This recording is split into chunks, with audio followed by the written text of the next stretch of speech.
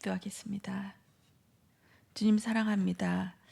여성교회, 승리하는 여성교회를 하나님 허락하여 주심을 감사합니다. 이 땅은 시딤 골짜기로 하나님 영적 전쟁터인 줄 믿습니다.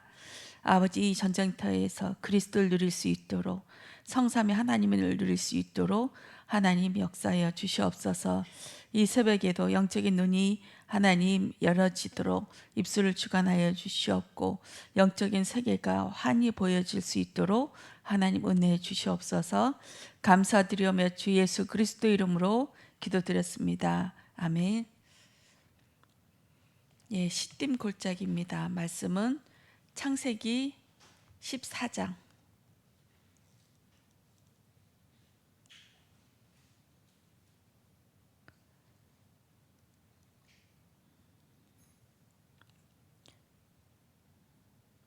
10절에서 12절 말씀입니다.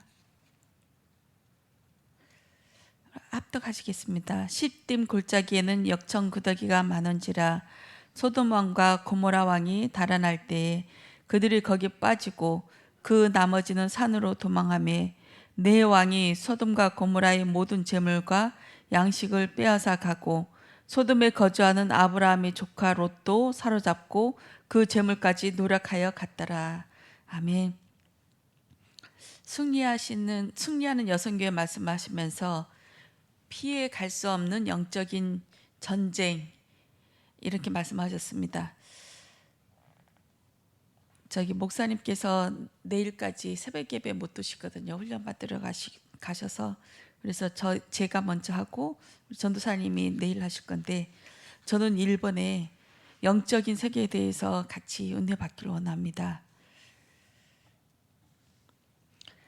피할 수 없는 전쟁이 있습니다. 시딤 골짜기에서 영적 전쟁이 일어나는데 이 땅은 그 당시에 연합 전쟁이 있었는데 5개 가나안 땅에 있는 5개 나라와 또 메소포타미아에 있는 4개 강대국이 연합군 전쟁이 있었습니다.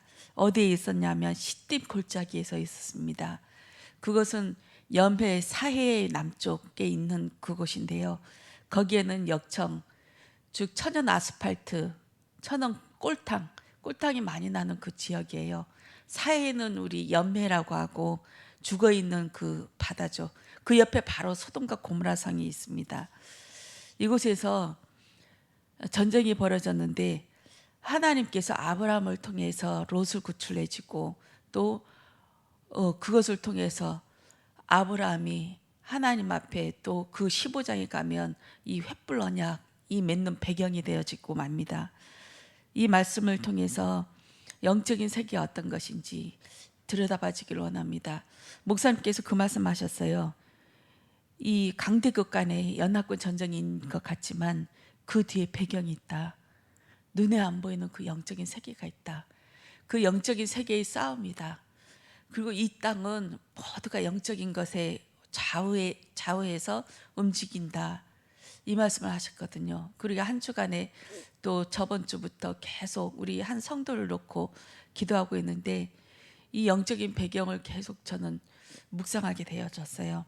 어저께는 그 누님이 전화 와가지고 정신병원에 입원시키려고 가는데 코로나 검사를 맞으라고 해서 이제 되돌아와서 이제 코로나 검사를 맞고 가려고 하는데 갑자기 집에 가서 강아지, 개, 큰 개 보고 싶다고 해서 들어갔더니만 들어가서 나오질 않는데요.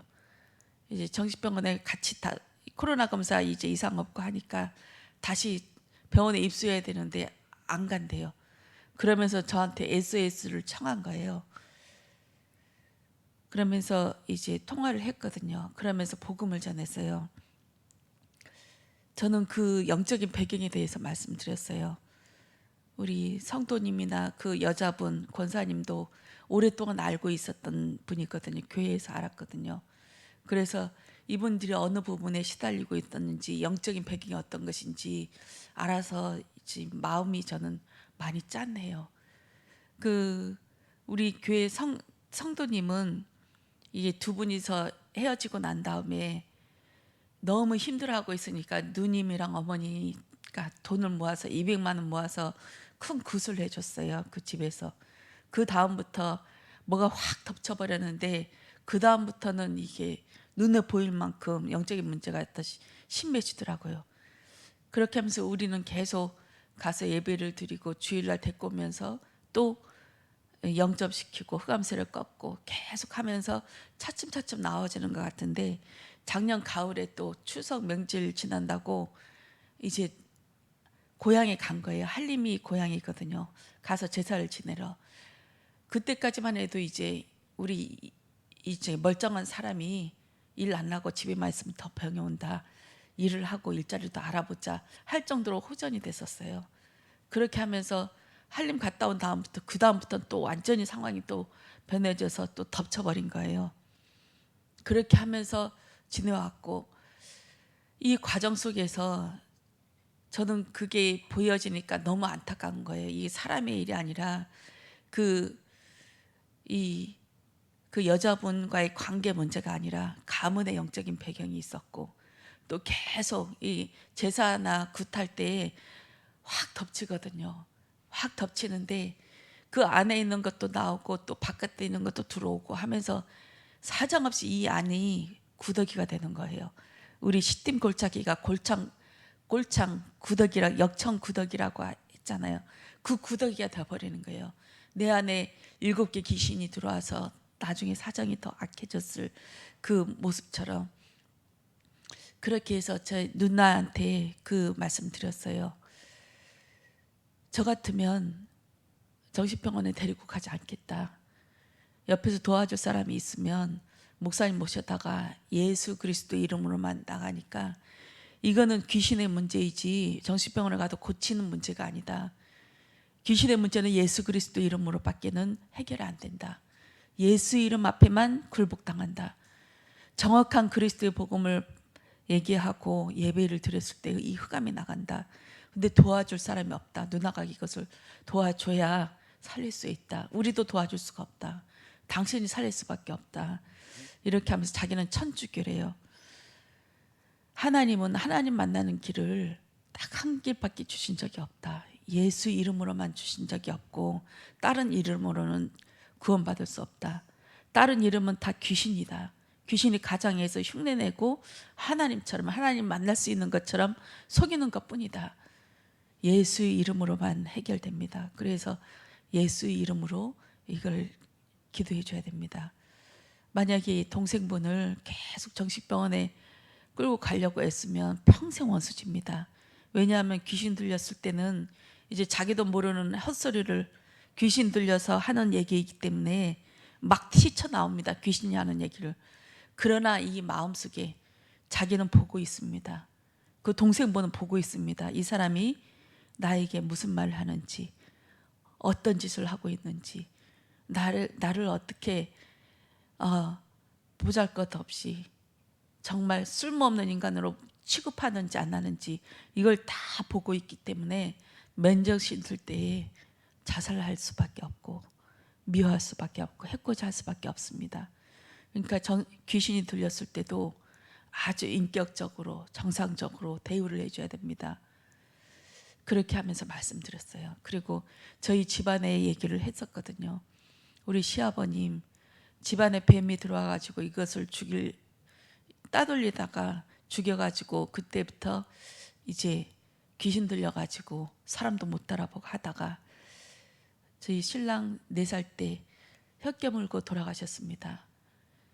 이게 귀신 들렸을 때도 자기 정신이 있었고 또 맨정신일 때도 자기 정신이 있는데 이때 확 정신이 들어서 이렇게 살아서 뭐하리 하면서 자살해서 돌아가셨습니다. 이것이 끝이냐? 아닙니다. 그 자식 저희 아들 딸도 교회 다녔지만 자해하는 영이 들어와가지고 계속 자해를 해서 피를 봐야만이 속이 시원할 정도, 그칠 정도로 그렇게 했습니다. 그렇지만 예수 그리스도의 복음이 완전히 자기에게 들어간 후에 그때야 이 사단의 문제, 귀신의 문제가 끊어졌습니다. 이 문제는 절대 해결 안 됩니다. 저희 남편 신랑이 자기 아버지가 어떻게 돌아가신지도 몰랐는데 술 먹고 광질하면 시아버님 무덤에 쳐들어갔습니다. 가면서 하는 말이 혀 깨물고 죽겠다 하면서 뛰쳐나갔습니다. 이건 뭐냐? 영적인 것입니다. 그 시아버지를 죽게 만든 이 귀신의 세력이 그 자손 대대로 붙들고 늘어지고 그 가문을 완전히 쑥대박 만드는 것입니다. 우리 집안에도 그랬듯이 당신 집안에도 뭔가가 있습니다. 막 있대요. 시집에도 있고 친정에도 이제 보살이 있고, 막대한 그 귀신을 섬기고 큰 귀신을 섬기는 여러 개를 섬기는 사람들은 그 가문이 완전히 쑥대박 됩니다. 한 명이라도 무당이 있으면 그 가문 전체가 완전히 초상집 돼버립니다. 왜냐하면 성경에는 그렇게 나오고 있습니다. 우상 숭배를 하면 3, 4대 이르러 완전히 씨가 없게끔 망하게 하겠다. 이렇게 성경에는 나오고 있습니다. 이게 귀신을 숭배한다는 말이 불러들이는 건데 저 안에는 예수님이 계십니다. 근데 무당 안에는 귀신들이 들어가 있습니다. 사람은 하나님의 형상대로 지어졌기 때문에 하나님이 들어가야 되는데 귀신이 들어가니까 계속 귀신의 일들을 하고 있습니다. 그 구순호 그 집에서 구슬할 때 어떤 일이 벌어졌나, 그때부터 일이 커졌는데 무당 안에 있는 그 귀신을 집어넣은 겁니다. 그 집안에. 그러면 처음에는 조금 잠잠한 줄 알지만 나중에는 더 일이 꼬이고 더 큰 문제가 오고 그렇습니다. 왜냐하면 자기 안의 것을 그 무당 안에 있는 그 귀신을 집어넣었기 때문입니다. 예수 이름으로만 해결받습니다. 눈에 안 보이는 영적인 일들이 계속 일어나고 있지만 우리는 우리만 모르고 있습니다. 하나님의 자녀는 어떤 권세와 축복이 있는지 우리만 모르고 있습니다. 하나님 자녀는 분명히 기도하면 죄가 떠나가고 죄사하는 권세가 있고 이 제사장의 권세가 우리에게 주어져 있습니다. 그리고 왕의 이름으로 명령할 때 귀신이 떠나갑니다. 그리고 예수 그리스도의 복음을 얘기할 때 하나님의 백성이면 알아듣습니다. 이게 선지자의 권위입니다. 그러면서 말씀드렸어요. 그러면서 계속 이게 기도가 되어지는데 저는 그 여자 권사님도 잘 알거든요. 물랜동산 교회 다닐 때 제가 거기 교회에 들어가서 얼마 없을 때 오셨어요. 전도대에서. 아주 말라 있었고 그때 이혼 바로 한 상태라 몸이 얼굴도 새까맣고 아주 뼈만 마른 상태였거든요. 얼마나 힘들었겠습니까? 근데 그때부터 그 교회 다니면서 전도 현장에 같이 다녔어요. 제가 전도하러 가자 하면 그냥 밥 먹다 말고도 뛰쳐나오는 그런 분이었어요. 얼마나 갈급하고 이게 하나님의 일에 그 사모하는지. 그렇게 하면서 학교 현장에 또 정신병 걸린 현장에 될 수 있으면 같이 모시고 가서 같이 전도하고 그랬었거든요. 그런데 이 어머니가, 친정 어머니가 보살이었어요. 여자 스님이었는데 조천이었거든요. 그 당시에 우리 교회에서 가서 영접시키고 예배를 드렸는데 밥을 못 드셨어요. 쌀 한 톨 한 톨 넘기는 것이 힘들어서 국수를 쭉 남겨야 기도가 막혀서 국수만 이렇게 넘길 정도로, 그 정도 기도가 목구멍이 좁아졌어요. 그렇게 해서 그때 예배 드리러 가고 하더니 이제 조금씩 밥을 드실 수 있게 되어지고 회복되어졌어요. 그런데 어떤 일이 있었냐면 남동생이 정신병 육지의 보훈병원에 입원해 있었는데 알코올 중독이 심해요. 그래서 치료받을 겸 육지의 병원에 있었는데 그때 새벽에 술 먹고 길에 그냥 도로길가에 누워 있었나 봐요. 새벽 예배 가는 차에 치여서 죽었어요. 그 자리에서 죽사했어요. 그때부터 이 어머니가 교회 안 다닌다 선포한 거예요. 그러면서 이제 집안에 계속 조금씩 문제 오더니 나중에는 어머님이 돌아가셨고 지금 아버님은 살아계시거든요. 이 집안에 영적인 그런 배경이 있습니다. 그리고 그 집안에 이게 현직 보살들이 몇 분 계세요. 그래서 그분들이 어디 가서 기도를 할 때, 산기도 할 때마다 막 휘청거려요. 언니가 휘청거리면서 영적인 큰 영향을 받습니다. 사실적으로 우리는 잘 그 정도로 시달리지 않으니까 모르는데 영적으로 시달리는 그 집안에 그런 무속인이 있으면 기도할 때마다 영향을 받아요. 막 이게 안절부절하고 정신 없어지고 이게 되는 일이 없고 이게 막 실수가 반복되어지고 갑자기 막 짜증나고 미쳐버릴 것 같은 그런 막 정신적인 혼란함이 오거든요. 이게 영적인 사실이거든요. 이렇게 해서 옵니다. 우리 교회 다녔던 어느 집사님도 언니들이 무당이셔서 그분들이 이제 동생을 구원하겠다고 이제 100일 기도를 들어가는데 그때 또 막 힘들어 하셨어요. 영적으로 안 보이는 영적인 세계가 있는 거죠. 그리고 우리 교회 집사님이 계시는데 이 남동생이 있는데 아프리카 음악을 해요.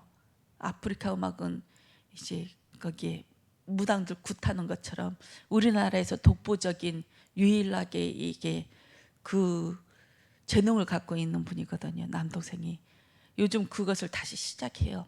굿을 시작하는 거죠. 근데 이 집사님이 그럴 때마다 너무 힘들어해요. 나는 왜 이렇게 힘들어요? 왜 말씀이 안 들려요? 하면서 그 영적을 배경을 보고 있는데요. 하나님이 이렇게 하시는데 남는 그 우리 집사님을 통한 하나님의 일들이 보여지더라고요. 이 가문에 많은 사람들이 있는데 그 가문에 한 줄기 우리 그 집사님이 한 줄기 아브라함의 씨처럼 살아있고 이분을 통해서 온 가문이 구원받겠구나 하는 것이 보여졌어요. 그 다른 분도 그러니까 이것이 오려면 이제 혼자 영적인 막 타격을 맞는 거예요. 짓밟힘을 받는 거예요. 이 귀신이 가만 안 놔두죠. 저도 우리 가문에 처음 예수 믿는 거거든요. 그래서 하나님께서 오랜 기간 동안 핍박을 받게 하시면서 연단하게 하고 단련하게 하시고 우리 가문에 그 구원의 복음이 들어올 수 있도록 훈련시키신 걸로 저는 보아졌습니다. 하나님의 일들이 일어납니다. 어제 그 누님 전화 온 걸로 보고 하나님께서 이게 우리 목사님을 통해서 계속 병원에 입원시키게 하고 그런 마음을 주셔서 움직이게 하시고 누나의 마음을 감동시키고 이제 돌아오게 만들고 마음의 문이 많이 열렸고 말이 통하더라고요. 제 말이 다 들리는 것을 보니까 그러면서 이 누님에 대한 하나님의 계획이 있겠구나. 우리는 병이 오면 병을 고쳐달라고 그렇게 기도하잖아요. 근데 한 발짝 더 나가서 하나님의 뜻이 무엇입니까? 이 성도님을 통해 이 정신병이 들게 하시고 계속 회복 안 되고 이게 일이 점점점 커지고 이제 병원에 갈 수밖에 없는 상황으로 만들고 이제 누님을 끌어들게 만들고 이 누님에게 그리스도의 복음을 증거하게 만들고 정신병 가냐 안 가냐 이게 문제가 아니라 이 누님을 향한 하나님의 일들이 일어나는 거구나. 이것이 하나님의 계획이구나. 그러면 이게 우리는 기도 방향을 좀 틀어서 그 성도님 그 정신병 놓고도 기도하지만 이 누님을 향한 하나님의 일들이 일어나지길 원합니다. 우리 그렇게 집중적으로 기도해야 될 줄 믿습니다. 우리 부상절 집사님 내일 수술인데 하나님 병 고쳐달라고 기도하고 싶지만 이게 병 고치면 뭐합니까? 또 반복되어지는 일. 이제는 이것이 하나님의 일로 맞춰지길 원합니다. 하나님의 믿음이 들어가고 하나님의 그 믿음, 은혜의 믿음, 그 믿음이 들어가는 시작이 되어지길 원합니다. 하면서 집중적인 기도를 하는 오늘 하루가 되어지길 원합니다. 기도하겠습니다. 주님 사랑합니다. 시딤 골짜기에서 영적인 전쟁이 계속 일어나고 있습니다. 아버지 그리스도를 누리면서 하나님의 은혜를 체험하면서 하나님의 은혜에 감사하면서 이 골짜기에 있는 전쟁을 이겨내게 하여 주시옵소서. 감사드리며 주 예수 그리스도 이름으로 기도드렸습니다. 아멘.